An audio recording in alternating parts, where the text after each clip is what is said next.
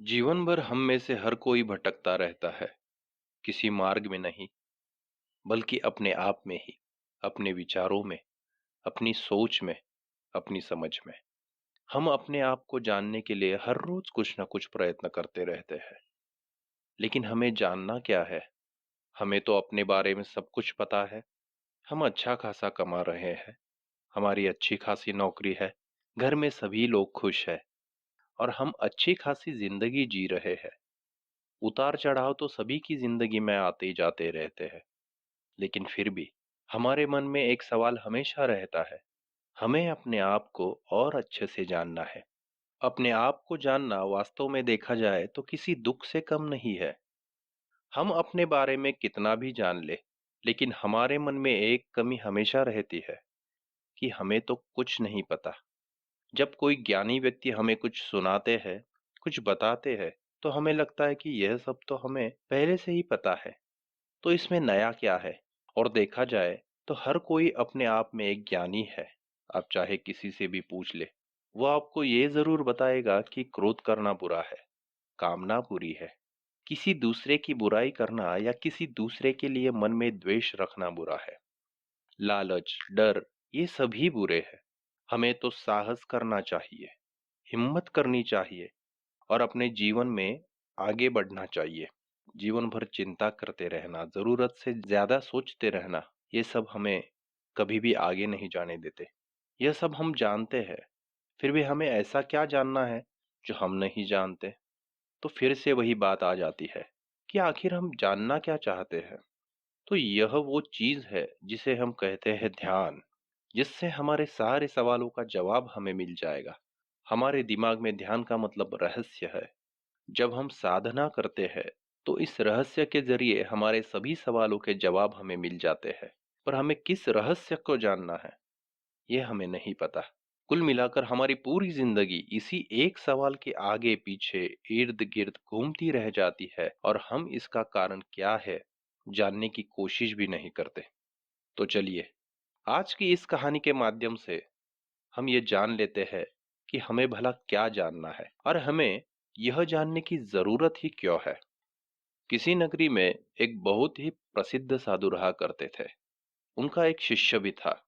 वह शिष्य एक दिन अपने गुरुवर के पास आता है और उनसे कहता है कि हे गुरुवर, आप मुझे जो कुछ भी बताते हैं, जो कुछ भी मुझे समझाते हैं, वह सब कुछ मुझे समझ में आता है।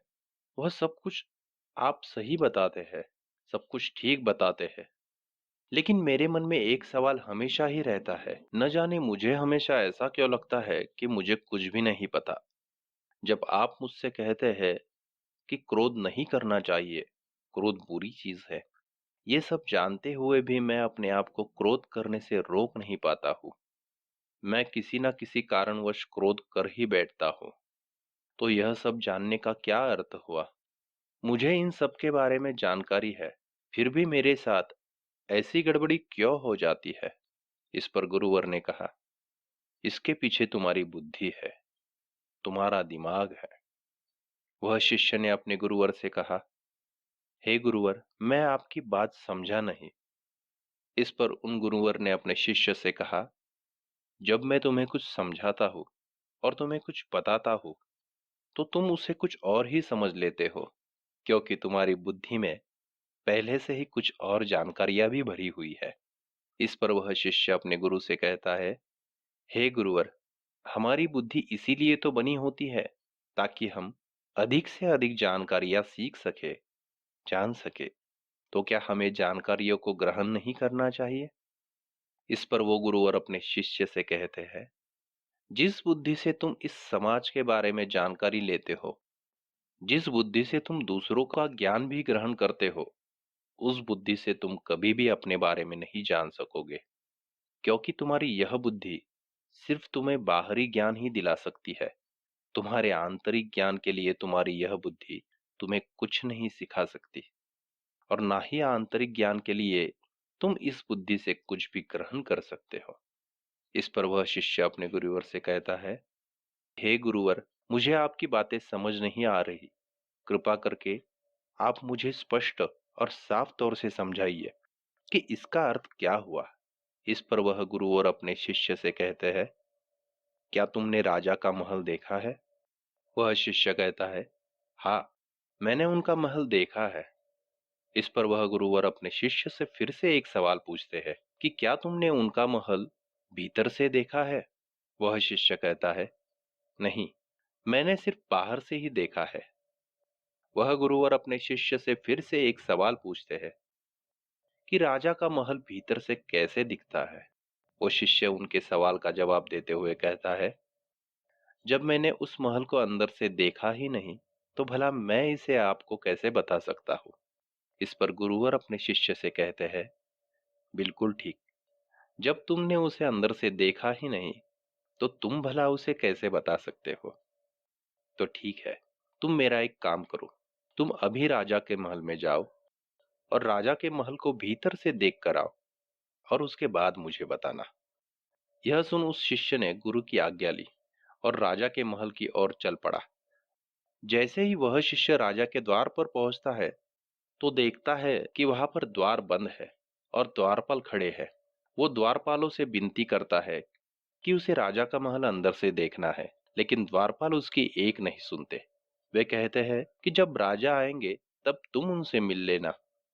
वो कहता है कि मुझे राजा से नहीं, बल्कि इस महल को भीतर से एक बार देखना है। वह द्वारपाल उससे कहते हैं कि तुम भला इस महल को भीतर से देखकर क्या करोगे? वो शिष्य द्वारपाल से कहता है कि मुझे मेरे गुरु ने महल को अंदर से देखने के लिए कहा है। इस पर द्वारपाल उस शिष्य से कहता है, तुम्हें अंदर जाने की अनुमति नहीं है, और अगर तुम्हें सिर्फ भीतर से महल ही देखना है, तो इसका वर्णन मैं तुम्हें बता देता हूँ। द्वारपाल ने उस महल का पूरा वर्णन उसको सुना दिया। उसने उस वर्णन को ध्यान से सुना और फिर वापस वो अपने गुरुवर के पास आया और जैसा वर्णन उसे द्वारपाल ने कहकर सुनाया था, ठीक वैसा ही वर्णन उसने अपने गुरु को भी सुना दिया।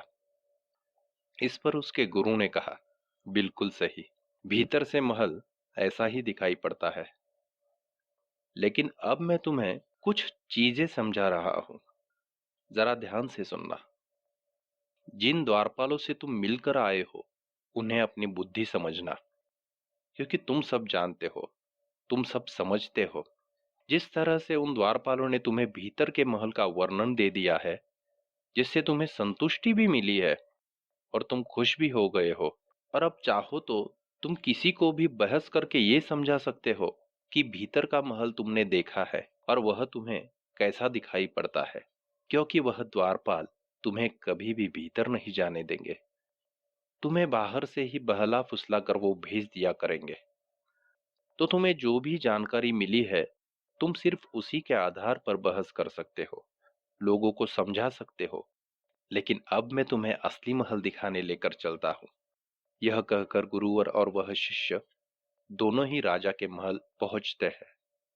गुरु को देखकर वे द्वारपाल अपना शीश झुकाकर उन्हें प्रणाम करते हैं और वे द्वारपाल उन गुरुवर से कहते हैं कि हे गुरुवर, बताइए, क्या आज्ञा है? इस पर उन्होंने कहा कि हमें महल के भीतर जाना है। गुरु की इस बात को सुनने के बाद द्वारपाल ने द्वार खोल दिए। गुरु और शिष्य दोनों ही महल के भीतर चले गए। महल के भीतर जाते ही शिष्य आश्चर्यचकित रह गया। उसे जो बताया गया था, जैसा वर्णन किया गया था, महल उससे बिल्कुल अलग था। बाहर से वह महल लाल दिखाई पड़ता था और भीतर से बिल्कुल सफेद था। वह महल कुछ ऐसा दिखाई पड़ रहा था जैसा उसने कभी सोचा भी नहीं था। इस पर गुरुवर ने अपने शिष्य से कहा, जैसा वर्णन तुम्हें उन द्वारपालों ने किया था, क्या ये महल वैसा ही है? इस पर उसने कहा, नहीं गुरुवर, यह महल जिस तरह से वर्णन किया गया था, उससे बिल्कुल अलग है। इसकी तो मैं कल्पना भी नहीं कर सकता। आगे उन्होंने अपने शिष्य से कहा, जिस प्रकार मेरे साथ आने पर द्वारपालों ने हमें झुककर प्रणाम किया और अंदर आने के लिए हमें अनुमति दी, ठीक उसी प्रकार हमारी बुद्धि भी होनी चाहिए। अर्थात जब हम अपने अंदर और अपने भीतर झांकने की कोशिश करें, तो हमारी बुद्धि हमारे आदेश का इंतजार करे, ना कि हमें समझा बुझा कर वहीं से वापस भेज दे।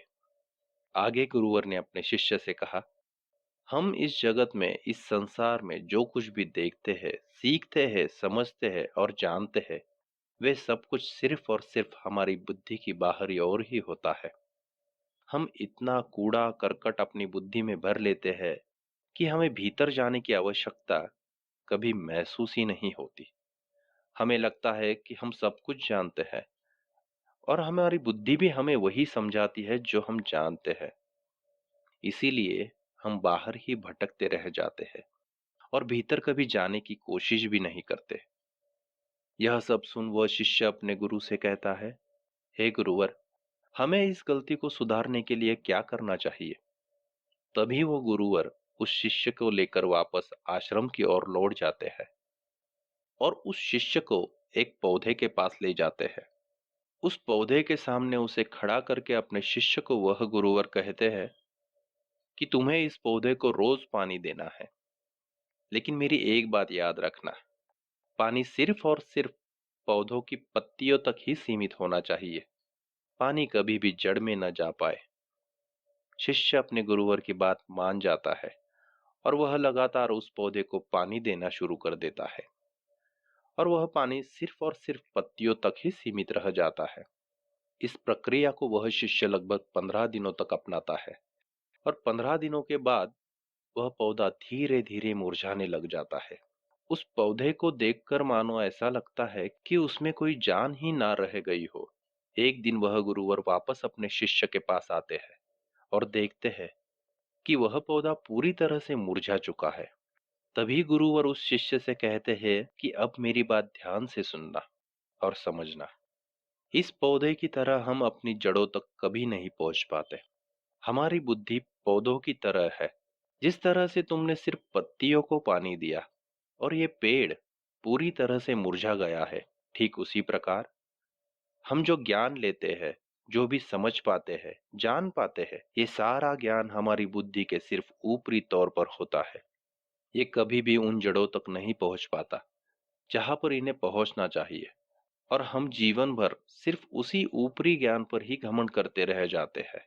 जैसा हम इस पौधे के पत्तों को पानी दे रहे थे, लेकिन वह पोषण इसके जड़ों तक नहीं पहुंच पाया, ठीक उसी प्रकार जो ज्ञान हम पाते हैं वह हमारे दिमाग के सिर्फ ऊपरी तौर पर होता है और हम अपने अंदर की ज्ञान को कभी समझ ही नहीं पाते। तभी गुरुवर ने पास ही में पड़े हुए पानी के एक छोटे से बर्तन को उठाया और पूरा पानी उस पौधों की जड़ों में देना शुरू कर दिया। और ये देते हुए उन्होंने अपने शिष्य को समझाते हुए कहा कि अगर हम इस पानी को, यानी इस पोषण को सीधा उस पौधों के जड़ों में दे देते हैं तो वह पोषण इस पूरे पौधों की हर एक अंग में जा मिलता है, जैसे पत्तों में, तनों में और जड़ों में।